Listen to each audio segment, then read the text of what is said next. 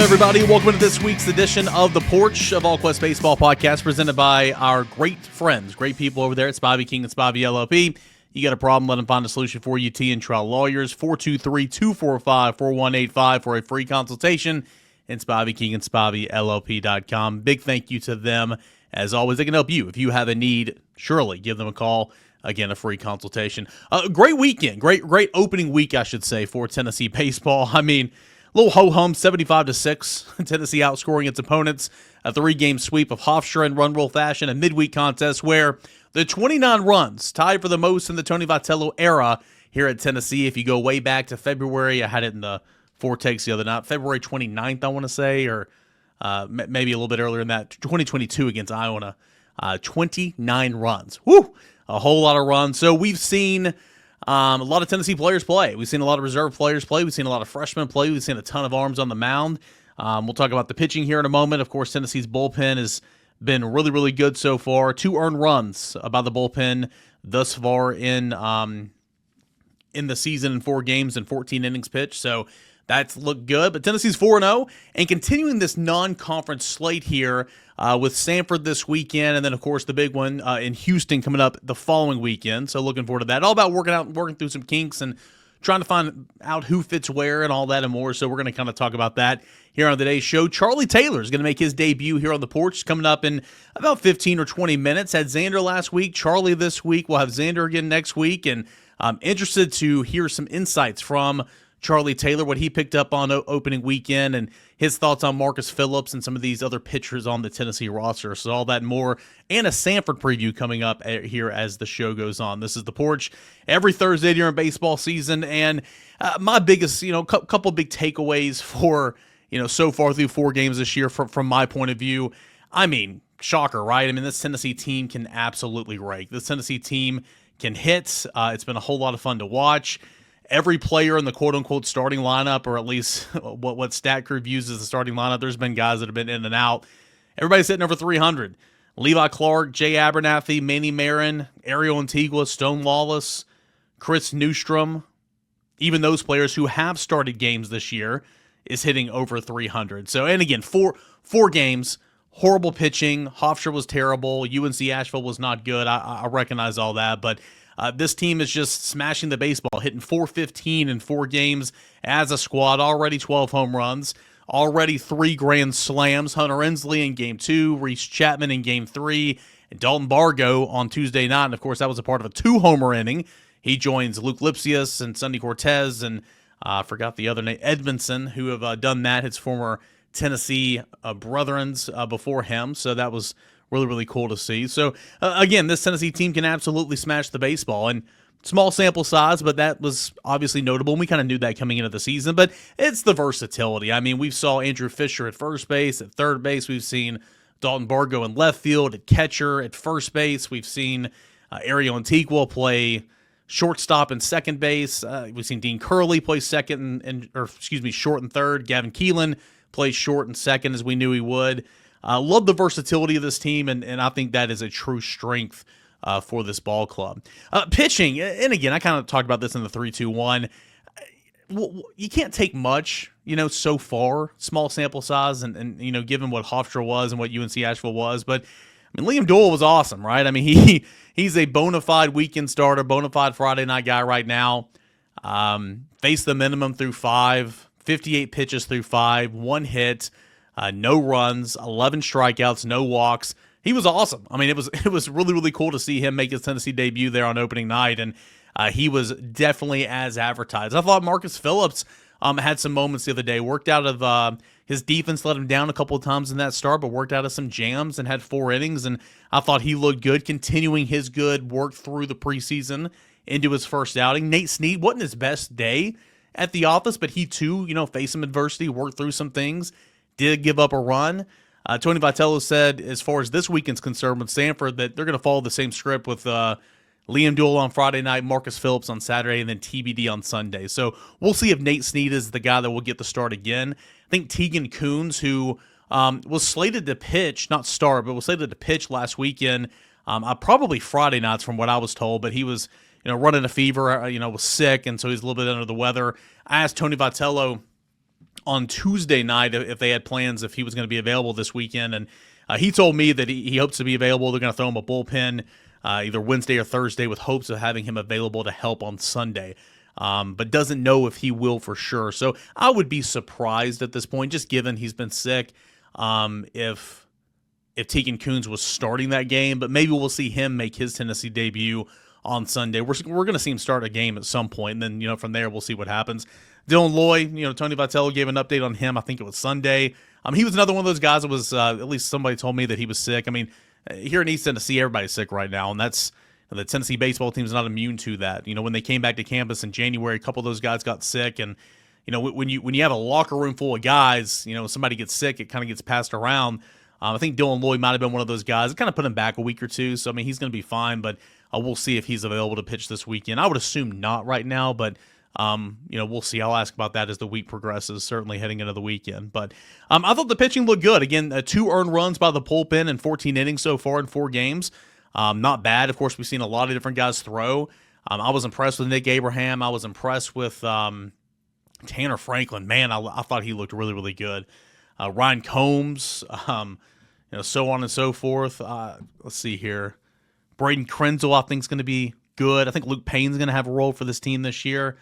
I think a lot of these pitchers have looked good in the limited amount of work so far. So I'm intrigued to see a lot of those guys throw even more. I'm excited to see maybe some debuts of Aiden Hayes and there's a couple other ones that haven't thrown just yet outside the ones who have been injured. So looking forward to seeing, what Tate Strickland, another one, looking forward to seeing what those guys have to offer. But my biggest takeaway, and I wrote about this in the 3-2-1, have been the freshmen, right? All of us, myself, my colleagues at other publications wrote, over the weekend at some point, why isn't Jay Abernathy starting? What did Tony Vitello say about not starting Jay Abernathy? What did Tony Vitello say about how he envisions Jay Abernathy's role being? And I thought it was kind of funny. It was on Sunday, I asked about Jay Abernathy, and then there was a follow-up asked by somebody, why didn't he start? And Tony just kind of said, well, I think he kind of admitted to it. He's like, I think I was just sitting up there, had too much time in the office, and I think I was tinkering too much. And I get what he was saying. He was saying he likes to, bring him in mid-contest for someone who got on base and allow him to immediately impact the game by stealing and then stay in there because he can play center field, left field, second base, eventually maybe shortstop. I get that. But, I mean, and who's to say if he's going to be, coming into the season, he would certainly look like to be the projecting starting left fielder, no doubt. Who's to say if, he's not eventually going to be that? But I just start him. And that's what Tennessee did on Tuesday. And, yes, it was UNC Asheville. But, I mean, his stat line on Tuesday was 1 for 2 or something, 4 walks, 4 stolen bases, 5 runs scored? It was something incredible like that.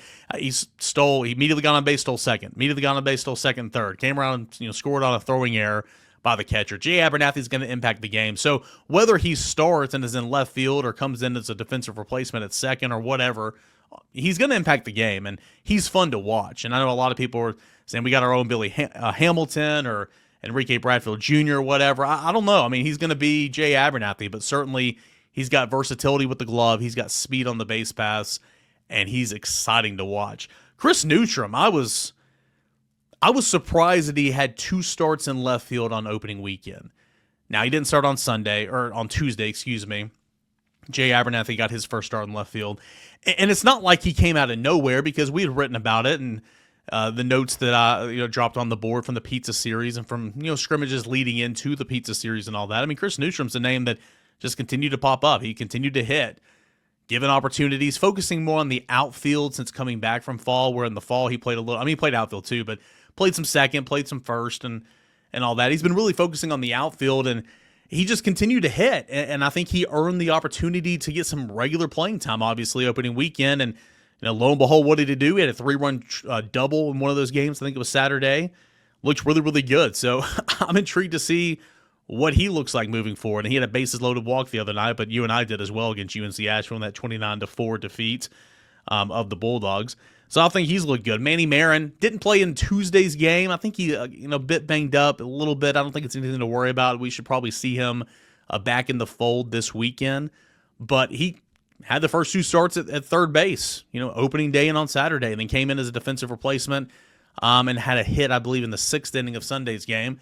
But yeah, he started 2 games immediately at third base over with Fisher at first base over Ariel Antigua or over Dalton Bargo or whoever else is kind of in the fold there. Manny Marin is good with the glove, really good with the stick in his hands, and I think he's going to be good. And then Levi Clark, I mean, he's shown tremendous power to begin the season, and designated hitter, catching a little bit. He can play first and corner outfield. Levi Clark, I think, is going to be really, really good. Man, he just looks good in the box, and he's hit for power. And the other night, he missed clearing the bases by a couple inches on the drive to left field. Man, he looked really, really good. So I've been super excited about seeing those 4. Again, I liked a lot of what I saw from Nick Abraham. I think Braden Krenzel's coming along. We'll see what Tate Strickland, Aiden Hayes look like. But, man, and of course Tegan Kuhns. But, man, those freshmen, that core 4, if you will, of Abernathy, Marin, Newstrom, and Clark, man, they're going to be good. And you want that. Like Dalton Bargo even talked about this on Tuesday. Somebody asked, is it hard not to press at the plate when you know that there's somebody just waiting to take your bat away, right?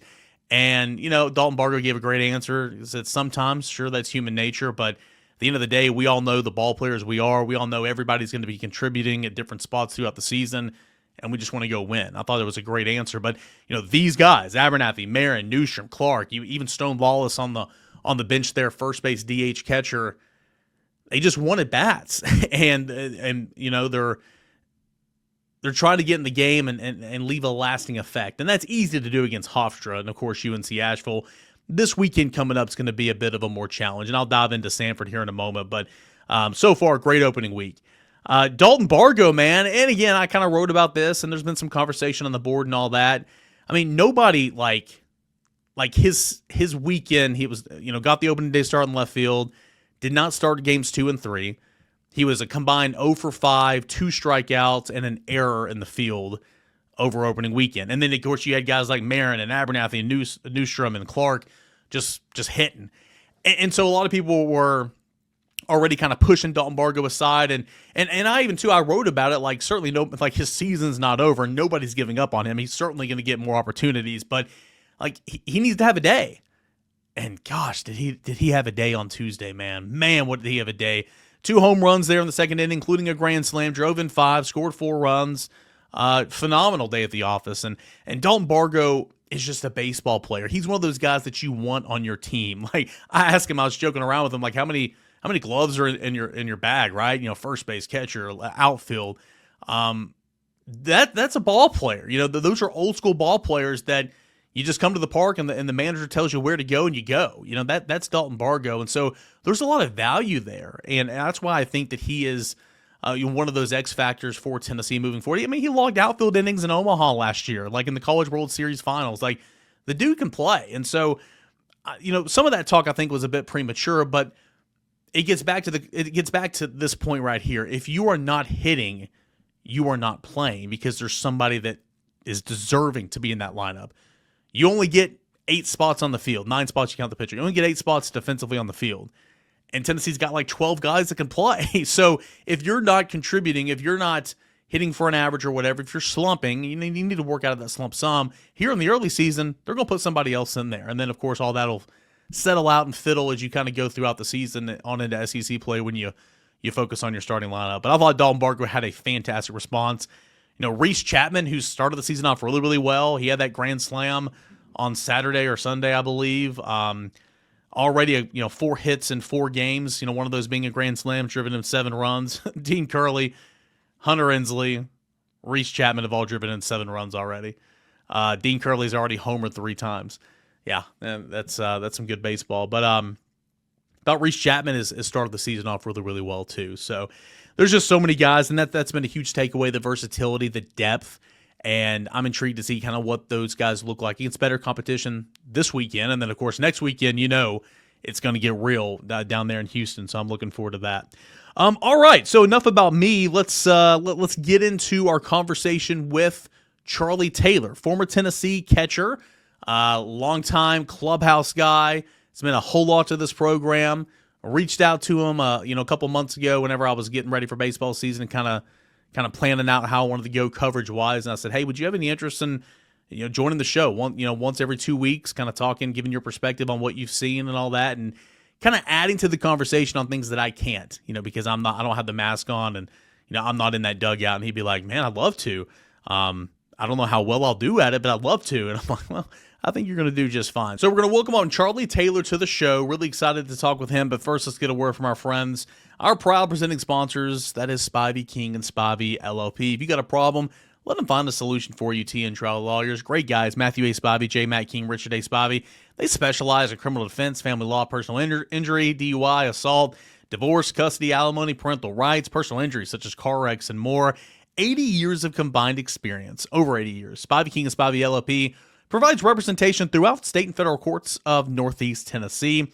The firm has a vast amount of trial experience. This practice has been in place, the practice has been in place for 43 years. This specific partnership formed in 2012, while also having partners who are energized and ready for today's modern legal demands. They practice primarily in Northeast Tennessee, the Tri-Cities of Sullivan County, as well as Hawkins County, Washington County, and surrounding areas. The firm has multiple awards and attorneys who have been rated by super lawyers in Mid-South with real trial experience. Whether you've been injured in a car accident, need help with a divorce, help with custody of your children, or have been accused of a crime, Spivey, King, and Spivey, LLP, they're here to help you. Go see them in person at 142 Cherokee Street, Kingsport, Tennessee, or just pick up the phone, dial this number, and you're going to get a free consultation. That's 423-245-4185. You can always check them out online at SpiveyKingandSpiveyLLP.com. Again, Spivey, King, and Spivey, LLP. You got a problem? Let them find a solution for you. TN Trial Lawyers. Charlie Taylor, what's going on, man? How's life treating you? It's going well. Thank you for having me on, Eric. I'm excited to talk some Vols baseball here. How weird is it to be doing these type of interviews, not a player anymore, from the outside looking in, talking about what you saw and all that? I know this is probably one of the first ones you've done kind of on this side of it, early on into retirement, we'll call it, but it's got to be a weird feeling not being out there, right? It's weird. I think the hardest part is not, being in the locker room or being in the dugout and just kicking it with your teammates. Whatever dumb thing somebody does that day that everybody laughs about. You miss little stuff like that. And it's almost more fun as a fan to sit back and watch the game and go through different scenarios about what you might have done differently there or how that related to something that happened in your playing career. So, yeah, I would say it's probably a lot less stressful, but they haven't really got into games that matter yet. So you might not know if it's less stressful or not, but I'm sure that there's a lot less things going on when you're sitting back there listening to John Wilkerson and watching the game for sure. Big takeaways from the weekend. I mean, it was Hofstra 3-run rule games, a lot of runs, not a lot of pitching or defense for Hofstra, but still you got to see a lot of players and 3 lopsided Tennessee wins. What were some of your biggest takeaways from the weekend? I think that it's what you just said right there. You saw a lot of guys, and in particular, a lot of young guys. I think depth is going to be the name of the game this year for Tennessee baseball, maybe more than any other year. It's a talented group. You don't have the established superstars coming back in Christian Moore or Blake Burke, where 70 games out of the year, however many they end up playing. Those guys are going to be at first base and second base every game. There might be one spot on the field like that, maybe Inslee out in center field, but and there's going to be bats that'll be in the lineup every game. But to a certain extent, there's going to be a lot of shuffling going on, a lot of jockeying for position, and it's going to be fun to watch those guys compete, not only against their opponent, but internally as well. We're going to get back to what you saw over the weekend, but you talk about depth, and that brings me to a comment made by I think it was Hunter Inslee on Saturday.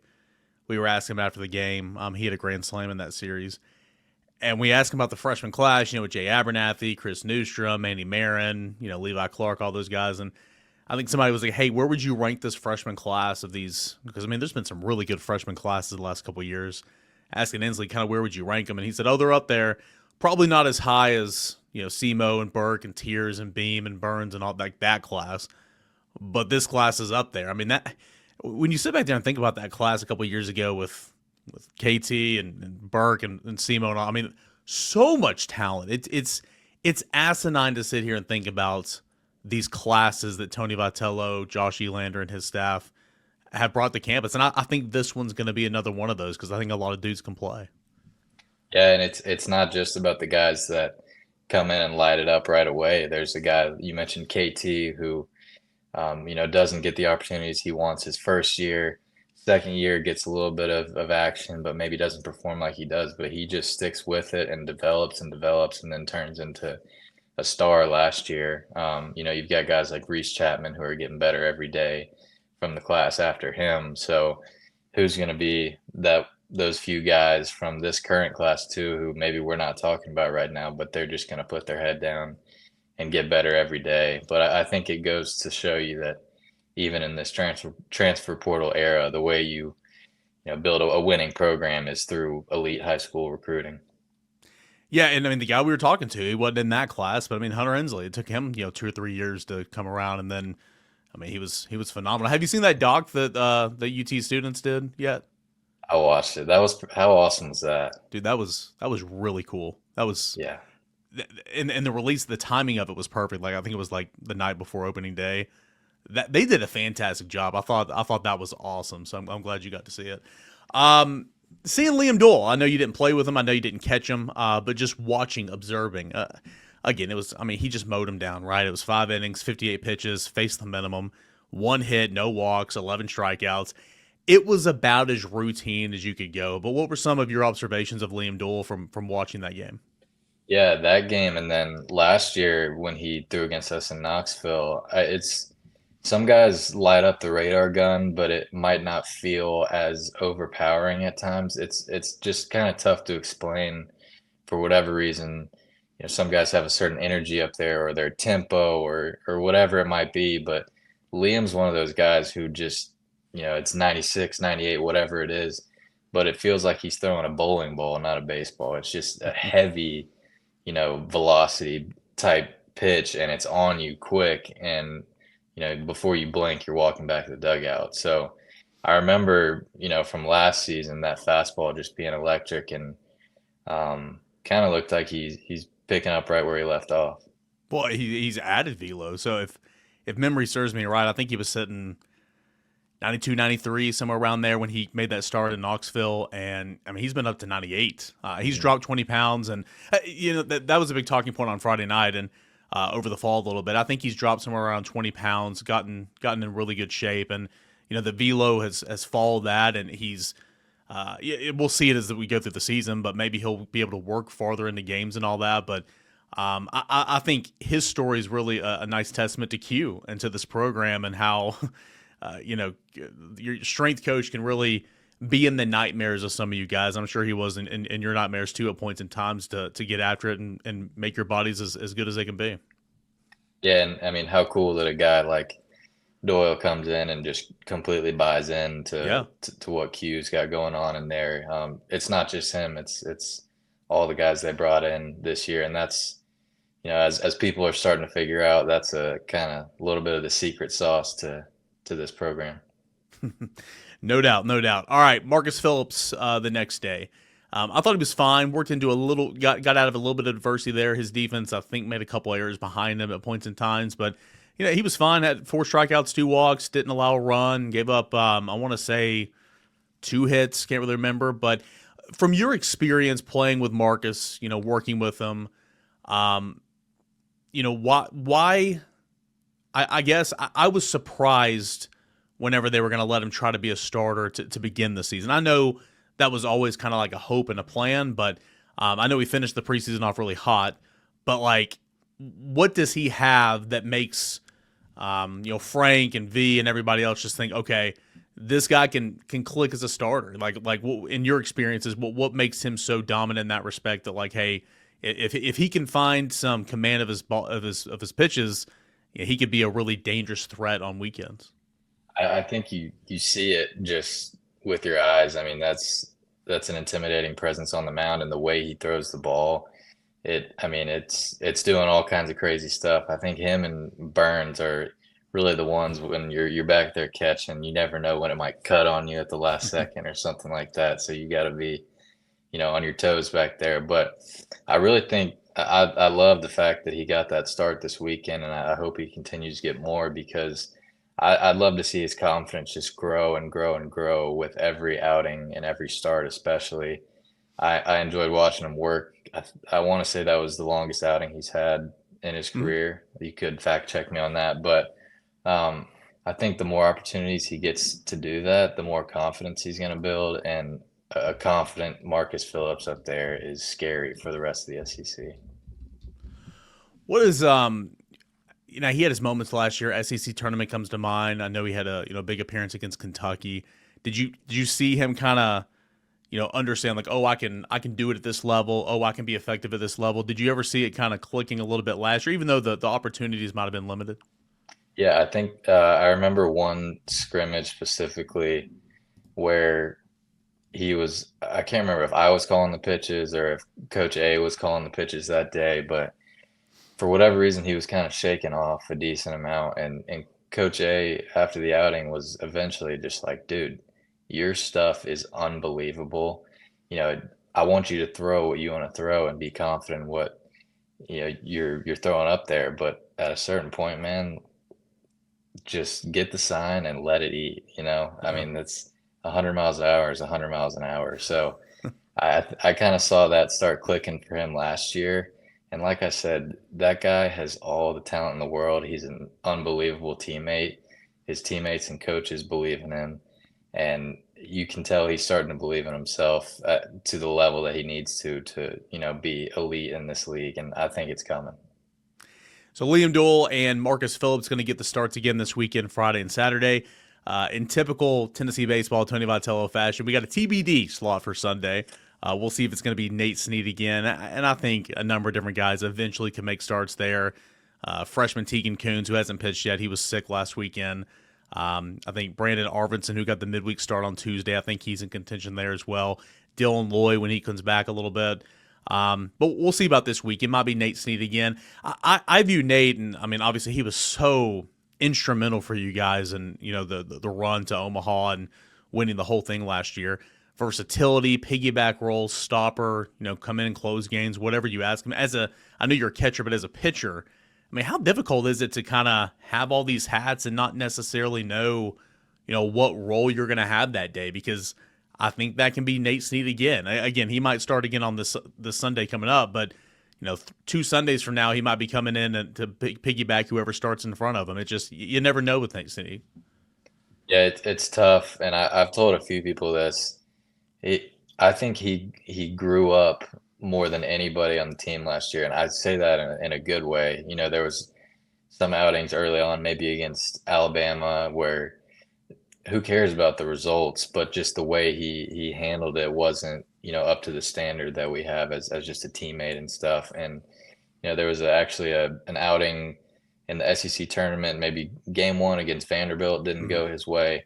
He bounced back, and it was either Mississippi State or maybe Vandy again later in the tournament. I can't remember, but had a huge outing for us, and that was kind of a time where we all rallied around him and had his back, and he was just a bulldog for us through that postseason run. And I really think he kind of like you're saying, he took on that mentality of screw the results, screw how it gets done. I'm gonna go out there and just get outs, and that's it. I'm gonna eat innings, get outs, do whatever the team needs me to do to get this done. And once that switch was flipped, he was unstoppable. So I'm hoping he carries that over into this season, that mentality of just doing what needs to be done for the team.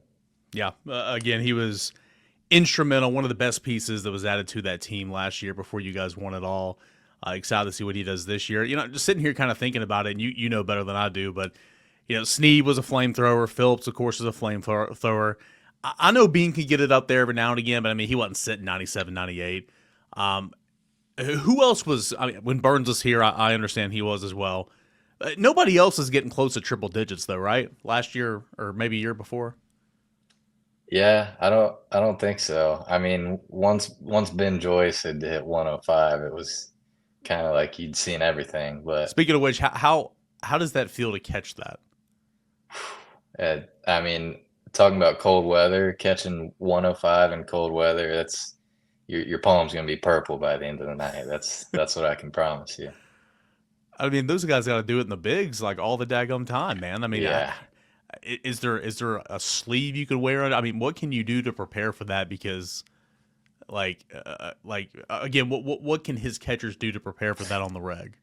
Me and Evan Russell and a few others have tried everything, putting gel pads under your glove or wearing a special glove to give some extra padding, but nothing really worked. You just kind of got to suck it up at the end of the day and try and catch it in the pocket, the sweet Yeah, spot. in the So, web there. Yeah. Whew. yeah. Anyway, kind of leads me back over there. Like there were a couple of guys that could like throw the high velo, and I know that's not what it's all about, but this year, man, like Dole's got it up there. Phillips, of course, you got Snead.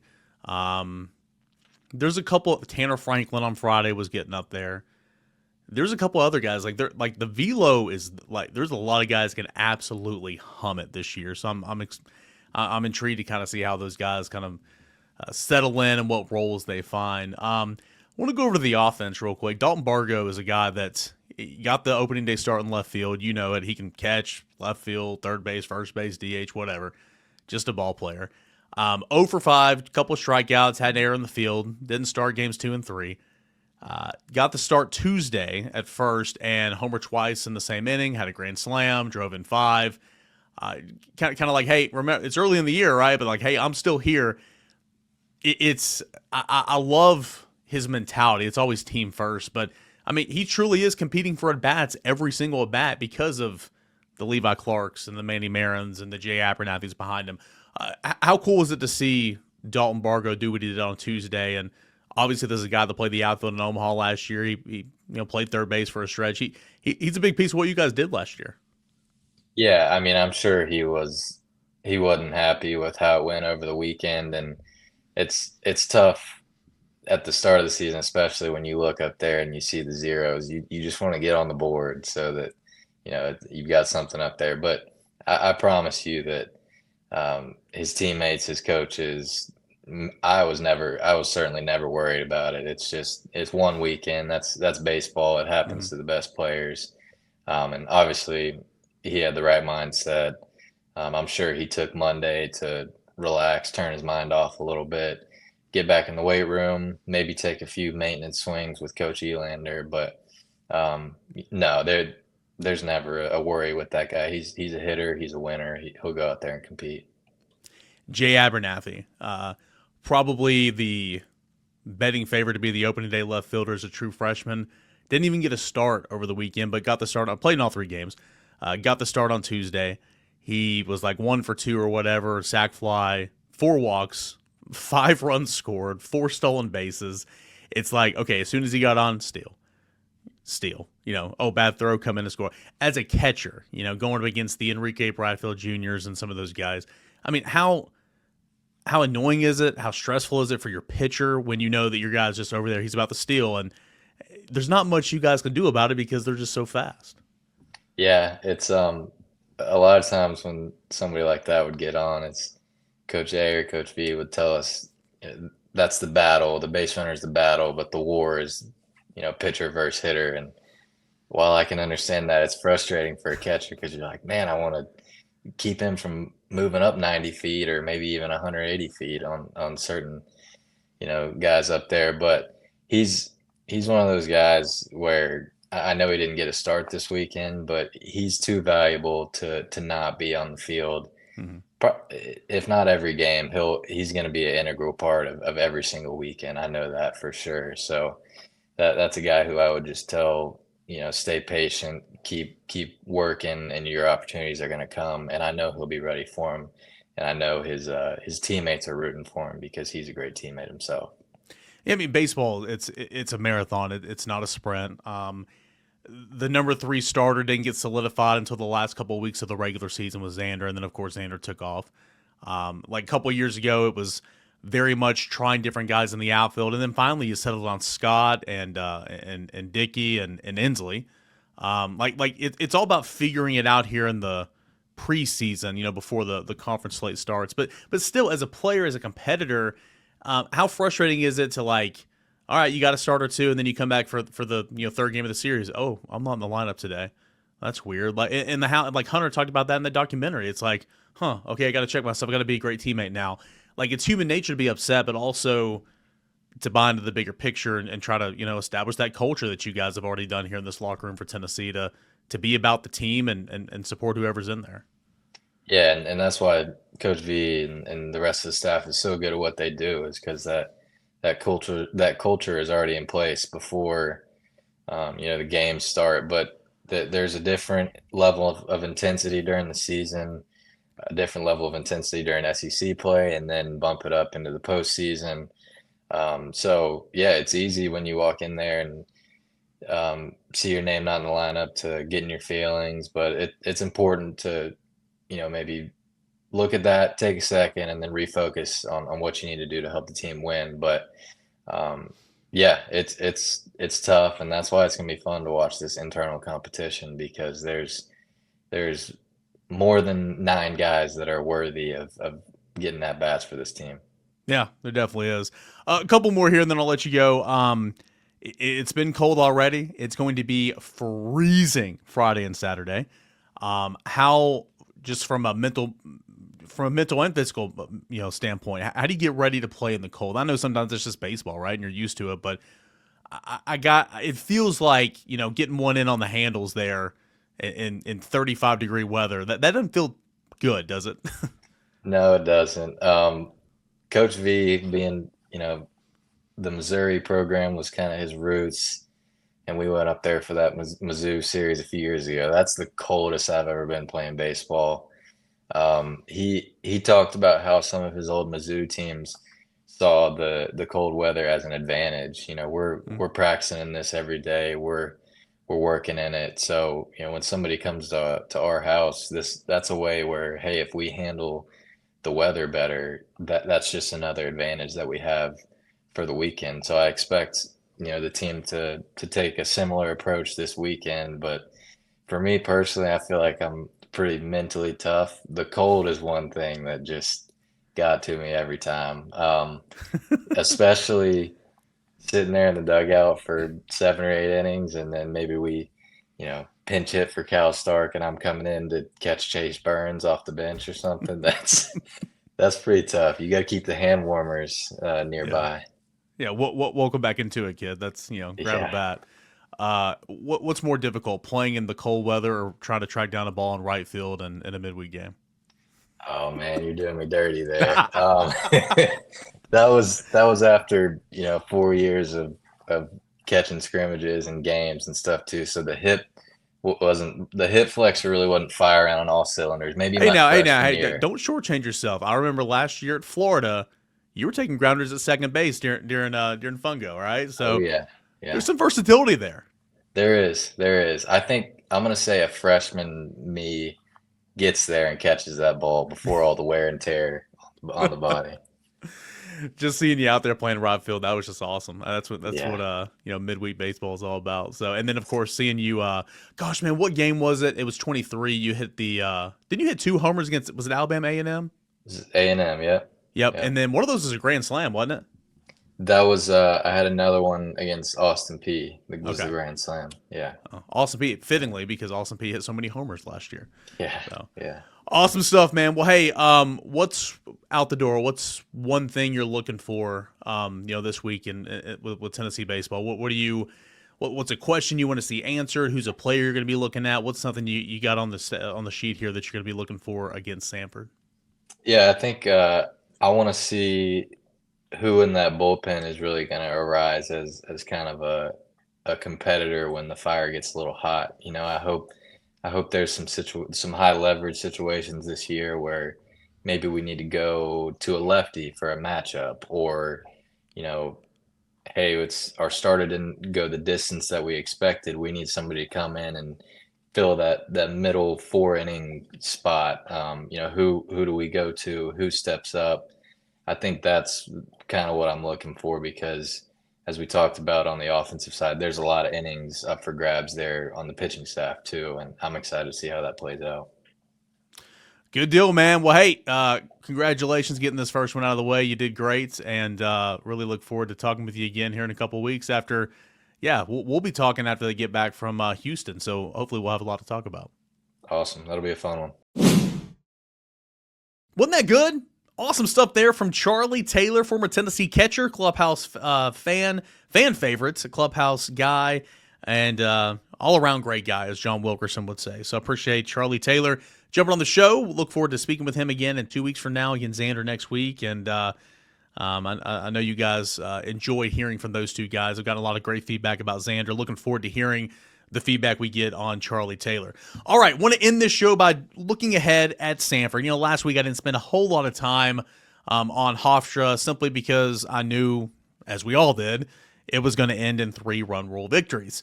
I do envision at some point this weekend Tennessee to play 9 innings because I think Samford's a pretty good ball club. Preseason picked second to win the SoCon D1 baseball, which, you know, I follow the rankings, and they do a great job of breaking down every team in America from all these conferences leading into the season. They actually picked them first, and they're projected order of finish to win the SoCon. But, you know, top 1-2 team in the conference.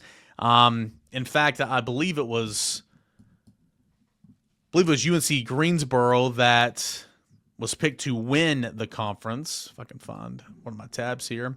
I guess I exited out of it. Apologies. They won the conference, and Samford had like 2 points less. So I mean, it was right there, and so many believe that they're good enough to win the conference. They got 3 first-place votes, the most of anybody outside of the team that was picked to win the conference, and so far this season a 3-1 record. Last week they are coming off a midweek loss at Jacksonville State, 12-6. They lost there, but 3-1, really, really good team in the Southern Conference, and they're coming to Lindsey Nelson Stadium this weekend to, see what the Tennessee Volunteers are all about. Coached by Tony David, and the strength of Samford this year probably going to be on the mound. And he was actually quoted in a D1 article that I read, the preview, saying this is the best pitching staff I've had since 2012. So that's something to keep in mind this weekend. Deep on the mound, they brought in a lot of transfers. Cameron Keshock from Auburn, who started last weekend. Josh Learson, from Birmingham Southern, he started last weekend. Joseph Lee from Ranger Community College. Bodie Vale from Shelton State. Drew Drunkenmiller, that's how you say it, from Southern Miss. They also converted a position player, and Kian Horowitz. It's probably not how you say that name, but anyway, he was a former position player that hits 93-97 in the fall, has a nice slider as well. So they've got a lot of depth on the mound. They are replacing 7 position players, 4 of which who transferred to Power 4 programs. And Tony Vitello actually kind of mentioned that on Tuesday night when we asked about Samford, and he said it's kind of a raw deal because, I mean, it is what it is, right? I mean, the Tennessees, the LSUs, the Floridas, the Wake Forests, I mean, the best of the best go, and they find players all over the country via the transfer portal. And so what you're building at programs like Samford, oftentimes you're losing these guys. And Michael Ross last year, who was considered their top pitcher, he transferred out. And Carson Lohr, who was considered their top bullpen arm, had 8 saves. The ERA wasn't great, but had 8 saves a season ago. He's gone. And Tony kind of made mention of that the other day. So saying that, hey, they evaluate, they recruit very, very well. They spot talent that's often overlooked, and these Power 4 programs have oftentimes benefited from that. But they will stand strong with their opening day starter, Southpaw Miller Riggins, second team preseason All-SoCon, 90-94, has a slider, changeup, pitches off that fastball. Last year in 17 games, he started 3, 2-1 record, 4.50 ERA, 28 innings of work. So this year, giant step for him. Opening day starter last weekend, and Miller Riggins, second team preseason All-SoCon, a left-handed pitcher. Brooks Rice, right-handed pitcher, expected to be the ace a season ago. Tried to work through some early injuries before being shut down, kind of like A.J. Russell.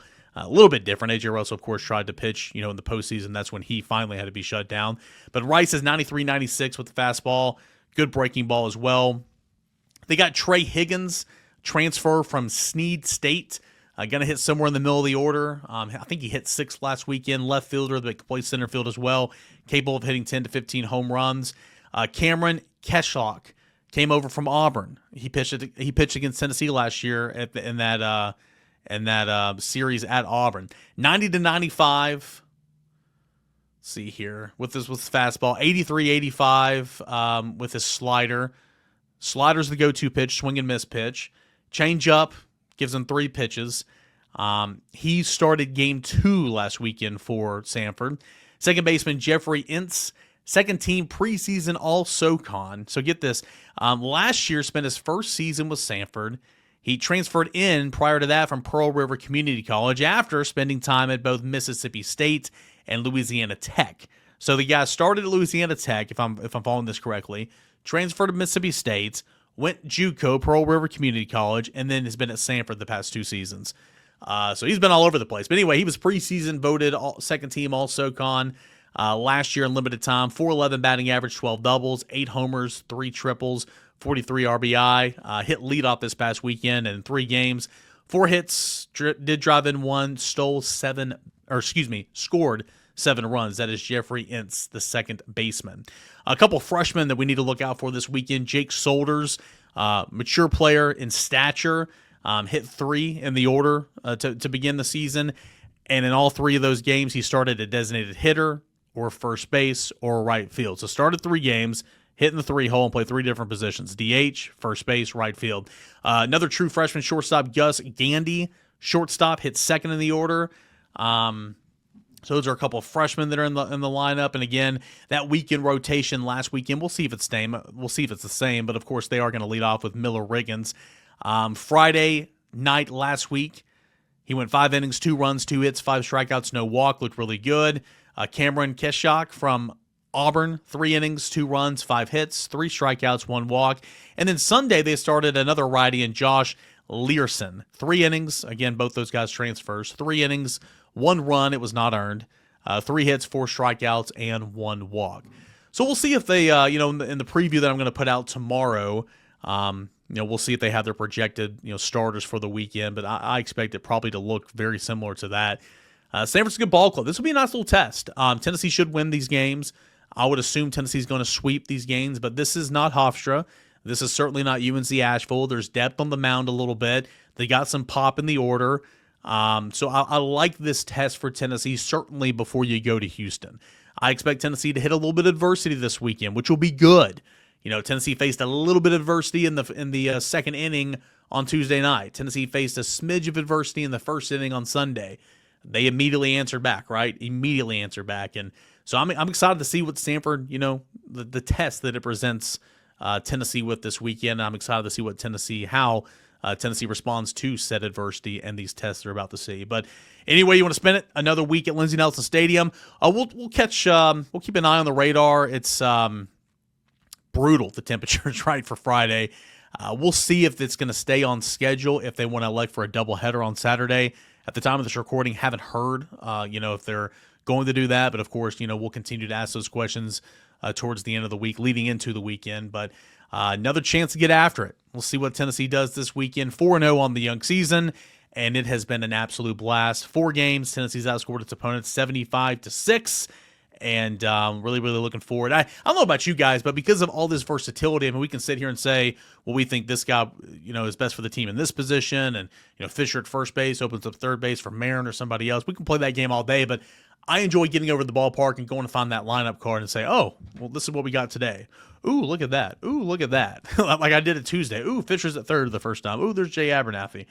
Dalton Bargo's getting a start. That's fun for me. And because this team is so deep, it can certainly do that, and I imagine we're going to have 3 different starting lineups this weekend. So, great stuff there from Charlie Taylor, Chuck. Appreciate you guys for tuning in and listening to us here on the porch. Tennessee baseball as scheduled right now at the time of this recording, 4:30 on Friday, 4 o'clock on Saturday, 1 o'clock on Sunday. We'll see if that changes. But all weekend long, coverage, whether you want it or you don't. On the General's Quarters, Game Threads are always a blast. Appreciate you guys for already being in there. We'll be back on Saturday for takes, what Tony Vitello said, some of the best stories from the weekends, how it happened, all that and more. And we'll be back on the porch next Thursday as well. Presented by our friends over at Spivey King and Spivey LLP. You got a problem? Let them find a solution for you. TN Trial Lawyers specialize in criminal defense, family law, and personal injuries. Free consultation, 423-245-4185. Again, that is 423-245-4185. Or you can visit them online at Spivey King and SpiveyLLP.com. Spivey King and Spivey LLP, you got a problem? Let them find a solution for you. TN Trial Lawyers. Thanks so much for listening to us here on The Porch, and we'll see you at the ballpark this weekend.